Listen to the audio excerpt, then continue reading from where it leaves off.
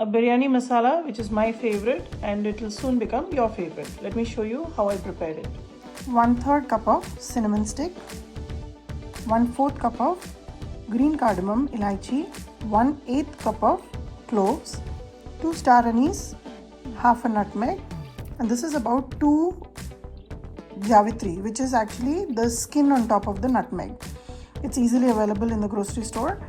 Now, cinnamon sticks usually are sometimes big or small, so just break it down so that it accommodates for 1/3 cup. Now I'm going to dry roast all of them in a nice and hot kadai and take all of these spices are very strong, especially when we make biryanis. Take the nutmeg into your mortar and pestle and just crack it open. Make it into a smaller piece, not a powder but a smaller piece, before we add it in here. The kadai is nice and hot. I'm going to add the javitri, the nutmeg and the star anise first and take it out just for a few seconds, just till it starts to release the natural oils that these spices have. And they are very aromatic, especially when you roast them and then grind them. The masala will stay longer in the shelf because if there is any moisture in these dry spices, it will be taken away. So just for a few seconds, about 10 to 30 seconds, just roast it and take it out. When you're roasting cinnamon, it is actually a very sweet aroma that comes out of the spice, which is very surprising. Cinnamon always has an aftertaste of a little bit of sweetness. And while roasting this, the kitchen is just filled with a lot of aroma of beautiful smelling Indian spices.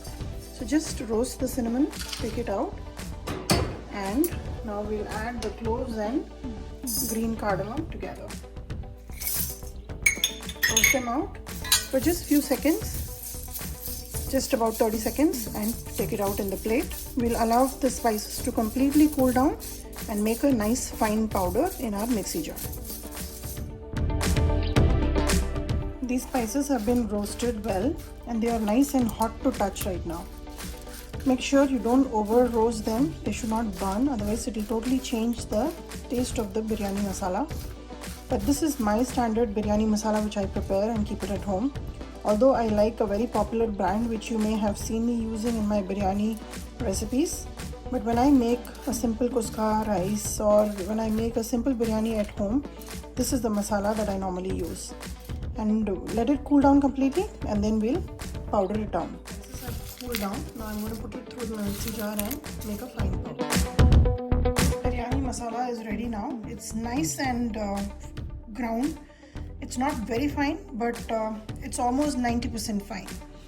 Now when you grind it in a mixie jar, it tends to get a little hot. So just spread it out in a plate for about 5 minutes and then bottle it up in an airtight container. This is my very popular biryani masala. Very, very fragrant and very, very flavorful. Now, like I always say, keep it in an airtight container and always have a wooden spoon in there so it will capture any moisture if there is any. So keep it covered and use it as and when you require. Today, by using this biryani masala, I'm going to prepare an egg biryani and show you how it is prepared.